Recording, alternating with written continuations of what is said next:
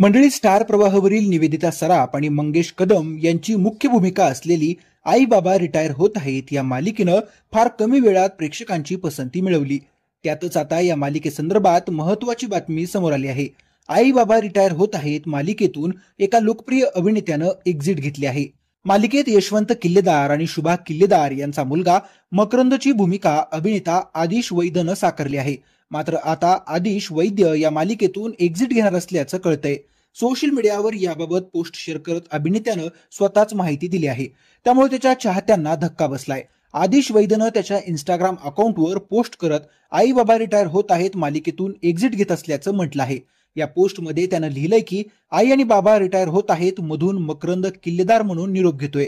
या प्रोजेक्टसह माझ्या प्रत्येक कामामध्ये खूप मेहनत घेतली आहे, पण मी माझ्या स्वतःच्या आत्मिक शांतीसाठी हा पर्याय निवडतोय. खरं सांगायचं तर माझ्या भूमिकेची मला सर्वात जास्त आठवण येईल. त्यासोबत सहकलाकार आणि क्रू मेंबर्स आहेत आणि सेटवरचा आमचा कालू कुत्रा आहे, त्याची मला खूप आठवण येईल.